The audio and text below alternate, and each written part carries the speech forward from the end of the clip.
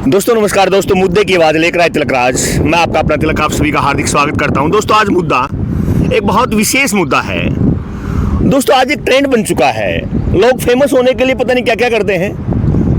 लोग फेमस होने के लिए कोई जागरण करता है, हजारों की संख्या में लोग इकट्ठे कर लेता है। कोई जिमना जगजीवन करता है, लाखों की संख्या में लोग इकट्ठे कर लेता है। कोई गेम टूर्नामेंट करवाता है, लाखों की संख्या में लोग इकट्ठे होते हैं और फेमस हो जाता है। लेकिन एक नया ट्रेंड बन चुका है कि किसी भी महान शख्सियत के बारे में, चाहे कोई बहुत बड़ा समाज सेवी है, बहुत बड़ा राजनीति है, उसके बारे में कोई भी अपशब्द बोलना, लोगों के सामने फेम लेना, अपने आप को पॉपुलर करना, ये आम बात हो चुकी है। और आज हम पहुंचे हैं 2 दिन पहले यहीं पानीपत, इस समय खड़ा हूँ हरियाणा के डिस्ट्रिक्ट पानीपत, और पानीपत ताऊ देवीलाल पार्क है जो 25 एकड़ में यहाँ पर बना हुआ है।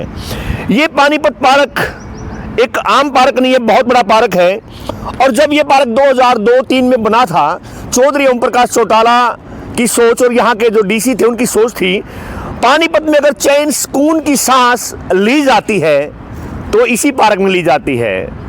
और ये जननायक ताऊ देवीलाल की बात की जाए, इनके नाम से पार्क बना हुआ है। इस पार्क में कांग्रेस परिवार, बीजेपी परिवार, इनेलो परिवार, बसपा परिवार और बहुत बड़े बड़े एक्सपोर्टर, बहुत बड़े बड़े अधिकारी सुबह मॉर्निंग में आकर यहाँ पर व्यायाम करते हैं। गरीब कन्याओं की अगर देखने की रूपरेखा होती है, कई बार यहाँ परिवार आते हैं, लड़के वाला लड़की वाला यहाँ बैठते हैं, एक दूसरे को देखा जाता है और रिश्ते पक्के हो जाते हैं। यहाँ बहुत बड़ी बड़ी मीटिंग होती है। यानी कि ये पार्क बहुत अच्छे कार्यों के लिए पार्क बना हुआ है। लेकिन कोई भी युवती, कोई भी लड़का यहाँ आके और जननायक ताऊ देवीलाल के बारे में कोई अपशब्द बोलता है तो ये बहुत गलत बात है। ये एक बहुत बड़ी एक ऐसी हरकत है कि जो कि हमारे समाज के लिए और हमारे देश के लिए बहुत गलत है। और आइए हमारे साथ जुड़े हुए हैं, अभी आज मैंने देखा कि यहाँ पर पुष्प अर्पित करने के लिए पहुँचे हुए बहुत बड़े समाज सेवी हैं, एडवोकेट राजेंद्र सिंह जागलान जी, और जो इस समय पूर्व में बहुत बड़े बड़े पद रहे हैं, अभी मौजूदा लीगल सेल के अध्यक्ष हैं पानीपत के। आइए उनसे बात करते हैं। प्रधान जी नमस्कार। नमस्कार कोच साहब, नमस्कार। सब सुख शांति है? बहुत बहुत धन्यवाद, सब ठीक है जी। प्रधान जी 2 दिन पहले जो उस लड़की ने जो ये हरकत की है, तो उसको लेकर क्या कहना चाहेंगे प्लीज़ आप? देखिए, आजकल का जो समाज है ना, वो हमारे महापुरुषों के बारे में पढ़ता नहीं। आजकल के जो नए बच्चे हैं ना, उनको किताबों में सरकार की तरफ से कोई महापुरुषों के बारे में बताया जाता। उस एक लड़की थी जिस पे गलती हुई कि मैं जानती नहीं थी हमारे स्वर्गीय चौधरी देवीलाल जी के बारे में, तो उस लड़की ने माफ़ी भी मांग ली। फिर बाद में हमारे बड़े जो नेता थे उन्होंने बड़ा दिल दिखाकर उस लड़की को माफ़ कर दिया। तो ये तो चलो है, लेकिन इसमें मैं एक बात कहना चाहूँगा कि कुछ लोग, आजकल का जो युवा पीढ़ी है, वो पहले महापुरुषों के बारे में पढ़े, टीआरपी के चक्कर में कुछ भी डाल दे, ये उन्होंने नहीं करना चाहिए। थोड़ा सा विद्वान महापुरुष हमारे स्वर्गीय ताऊ देवीलाल जी, जो त्याग की इतनी बड़ी मूर्ति थे, जिन्होंने प्रधानमंत्री की कुर्सी तक को त्याग कर अपना एक ऐसा परिचय दिया था, उन शख्सियत के बारे में आज स्कूलों में नहीं पढ़ाया जा रहा। मैं सरकार से भी अनुरोध करूंगा कि स्कूलों में इनके ऐसे चैप्टर लगाए जाएं, ताऊ देवीलाल के बारे में किताबों में लिखा जाए कि बच्चे जानें कि वो महान शख्सियत जिन्होंने देश के लिए इतने बड़े बड़े त्याग किए, अपनी कुर्सी को छोड़कर, वो महान शख्सियत जो इतना आगे का सोचती थी कि उनको ये पता था कि एक समय में बुजुर्गों की क्या हालत होनी है। उन्होंने बुढ़ापा पेंशन उस समय लागू की थी। वो बताइए, पेंशन के बारे में बताइए एक डिटेल से प्लीज। एक महान शख्सियत जो होते हैं उनको ये पता हो जाता है कि आने वाले समय में हमारे बुजुर्गों का क्या हाल होना। तो ताऊ देवीलाल जी जो वो शख्सियत थे, उन्होंने पहले ही उनके दिमाग में ये बात आ चुकी थी कि आने वाले समय में बुजुर्गों का ये हाल होना कि बुजुर्ग एक एक पैसे के लिए, अपनी दवाई के लिए कहीं कहीं भटकेंगे। तो उन्होंने 100 रुपये से उनकी बुढ़ापा पेंशन शुरू की थी, जो कि आज पूरे हिंदुस्तान में सबसे ज़्यादा बुढ़ापा पेंशन हरियाणा में मिल रही है। आज एक बुजुर्ग जो बूढ़ा बूढ़ी आया एक परिवार में, वो आज लगाओ आप 6,000 रुपये उनके पास आ जाते हैं। 6,000 से वो अपना रसोई का खर्चा और अपना दवाइयों का खर्चा निकाल लेते हैं। वो किसी के ऊपर डिपेंड नहीं। कोई लड़की आती थी, लड़की को 10 रुपये देने हैं, तो बुजुर्ग अपने बच्चों की तरफ देखता था कि बेटी को कहाँ से दूँ। आज उसकी जेब में पैसे वो दे सकता, सगन के रूप में। तो ये इन महान शख्सियतों ने ये बातें पहले ही ये सोची थी कि इनके दिमागों में पहले ही आ जाता था कि भाई आने वाले 50 साल के बाद हमारे बुजुर्गों का क्या होना। इन महान शख्सियतों के बारे में किताबों में इनका डालना चाहिए चैप्टर, और इनको पढ़ाना चाहिए किताबों में नए बच्चों को, कि उनको नॉलेज मिले, ज्ञान मिले। बिल्कुल सही कहा आपने कि भाई ये चीज़ें किताबों में मेंशन होनी चाहिए। जैसे कि 1 नवंबर 1966 को जब हरियाणा बना था, उसमें बहुत बड़ी भूमिका जननायक ताऊ देवीलाल की थी। एक आप वकील हैं, लीगल सेल आपने संभाला हुआ है।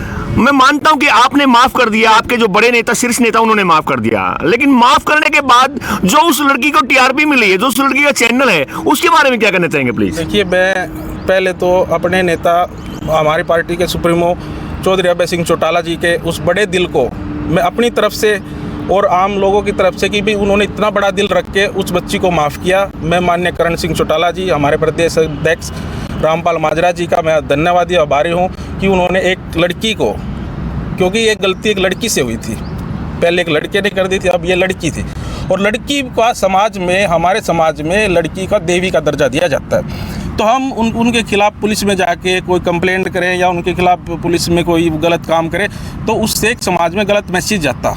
तो इसलिए हम उनका धन्यवाद है कि आभारी है कि उन्होंने इतना बड़ा दिल रख के उस लड़की को माफ़ कर दिया। आप टीआरपी की बात कर रहे हैं, टीआरपी की बात ही तो मैं अभी थोड़ी देर पहले कह रहा था कि उस बच्ची ने कहा कि मुझे इस बारे में नॉलेज नहीं था कि ताऊ देवीलाल क्या शख्सियत है, इसलिए मैंने ये बोल दिया। वकील साहब, मैं रोकना चाहूँगा आपको। देखिए, मान गया कि उस बेटी को नहीं पता था ताऊ देवीलाल जी के बारे में, लेकिन पूरे संसार को पता कि डॉक्टर भीमराव अम्बेडकर क्या थे। कुछ लोग मूर्तियाँ जो लगा रखी हैं हमने अपनी महान शख्सियतों की, चाहे जननायक ताऊ देवीलाल की बात की जाए, सरदार भगत सिंह की बात की जाए, या फिर आप सभी जानते हैं डॉक्टर भीमराव अम्बेडकर की बात की जाए, लोग जानते हुए भी मूर्तियों के साथ अभद्र व्यवहार करते हैं, तो उनके खिलाफ कोई एक ऐसा कानून नहीं होना चाहिए। मैं ये बात चाहता हूँ। ये कानून है ऐसा अभद्र टिप्पणी करना, किसी भी स्टैचू को, किसी भी महान शख्सियत की मूर्ति के साथ छेड़छाड़ करना, इसके खिलाफ सख्त कानून में एक प्रावधान है, जिसके तहत इसमें 3 से लेकर 5 साल की सजा का प्रावधान है। ये 25 एकड़ में जो पार्क बनाया है, तो पार्क बन गया है, उसके बाद इसका मेंटेन करने का प्रॉपर सारा ये जो सिस्टम है, इसकी क्या जिम्मेवारी पड़ती है, किसकी जिम्मेवारी पड़ती है इसकी? देखिए, 2003 में स्वर्गीय चौधरी ओम प्रकाश चौटाला जी जब मुख्यमंत्री थे, उन्होंने हर शहर में ऐसे भव्य पार्क बनाए थे, जो कि उसके बाद से 20 साल, लगभग 21 साल हो गए, किसी भी शहर में इतने बड़े भव्य पार्क नहीं बने।